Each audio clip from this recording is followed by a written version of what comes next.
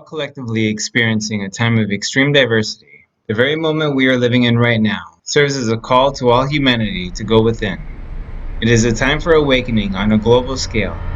No matter where we were brought up in the world, as children, we were all taught what was right and what was wrong. We learned how to react to different situations by the example other people gave us. And one of the very first emotions we ever perceived was fear. Therefore, situations that are presented to us in the form of adversity, now as adults, automatically bring up emotions of fear and anguish. There is a very famous parable that Jesus spoke of in Matthew chapter 7, verses 24 to 27. Anyone who listens to my teaching and follows it is wise, like a person who builds a house on solid rock. Though the rain comes in torrents, and the floodwaters rise, and the winds beat against that house, it won't collapse because it is built on a bedrock. But anyone who hears my teaching and doesn't obey it is foolish, like a person who builds a house on sand. When the rains and floods come, and the winds beat against that house, it will collapse with a mighty crash. Right now, on a collective level, we are experiencing the storm. You are the house itself. If your thoughts and feelings are being controlled by your outer environment, then your house is built on sand, and you will experience fear. But when you learn to discipline your mind and be in the present moment by not identifying what is happening as good or bad, but as simply a lesson, then your house is strong and cannot be affected by the storm. Science has come a long way and evolved and says that our complete vision of genetics and the concept of DNA controlling life is totally false. And why this is important is very simply, old science, genes control you, you don't control the genes. You're a victim of your heredity.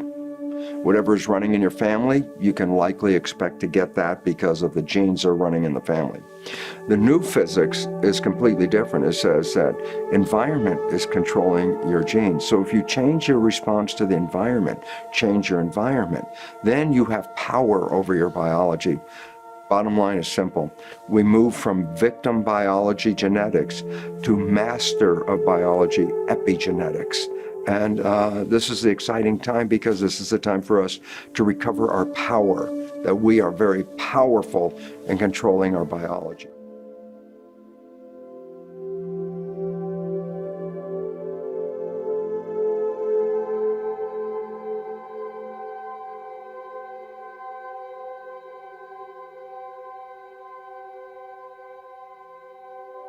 What we often experience in moments of extreme adversity are simply automatic thought patterns regarding some imaginary scenario, sometimes a worst-case scenario of what our future may look like, and before we know it, we find ourselves fearful of something that doesn't actually exist, to the extent that we literally find ourselves at the mercy of our own intelligence.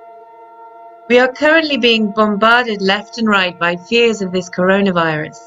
This inevitably brings on the release of stress hormones such as cortisol, which suppress the effectiveness of the immune system, making us more vulnerable to the virus itself. So just as Dr. Bruce Lipton recently stated, the fear of the virus is more deadly than the virus itself. When we can learn to center ourselves by bringing our minds back to the present, we will discover that what comes to us by means of what we perceive to be as bad news is absolutely essential for our growth.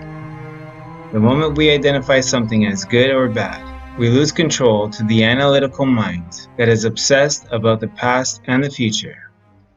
If we can learn to perceive situations as simply experiences that we can learn from by letting go of preconceived ideas and the constant need to know the outcomes, we would then realize that fear no longer exists. It is all just in the mind. By stepping into the unknown, we all experience fear. But by abandoning the egoic self as we know it and facing our greatest fears head on, we will discover a newfound strength. With no exceptions, Every one of us has a power within, a consciousness that knows exactly what to do in any given situation. It does not distinguish between race, social status, financial status, or origin, and it possesses a knowledge of all things and has been there from before we were even born. It has experienced our every emotion and has experienced every situation we have ever been through right alongside of us. And the truth is, we were never alone. The circumstances that are presented to us are for our own growth purposes. We can only evolve into better, stronger versions of ourselves by experiencing what scares us. And this is our greatest opportunity ever to experience exactly that. We have been given the ability to empower or disempower ourselves by choosing or not choosing to let our outer environment control our thoughts and emotions. What is actually happening right now is an incredible opportunity for us to unite as a global population and help each other through this. No matter who you are or where you are in the world, we are in this together. Take the necessary precautions, but discipline your mind to be present every time you feel fearful, simply by first focusing on your breathing and then using your 5 senses and noticing your surroundings and the actual moment in time is not where you were a minute ago. Remember that there is no fear in the present moment. The world belongs to those who learn how to let go. Trust the process. Connect to the news for necessary information, but know when to disconnect. Remember, what you choose to focus on grows. Use this time to spread love and joy. Connect to family and friends, people who you haven't heard from in a while. Fundamentally, we are all bundles of love and light, wanting to experience life in all kinds of ways. When we lose trust, we begin to fear the unknown. We lose our way in the midst of emotional chaos, when life throws curveballs at us. But if only we could learn to use those experiences as simply lessons, and just like a strong-rooted tree, stay grounded through the storm. All this will come to pass. Perhaps before all this, we were all focusing on aspects of life that had no real value. Perhaps this experience was here to help us return back to the truth of who we really are. We were all seeking answers in the wrong places. We were all on an insatiable pursuit for happiness. But the truth is, what you seek, you already hold. The happiness you look for cannot be found anywhere outside of yourself. Just as you are, in weakness and in strength, through light and dark, however big or small, you are a wondrous, unique being, simply trying to cope with everything that was thrown at you from birth.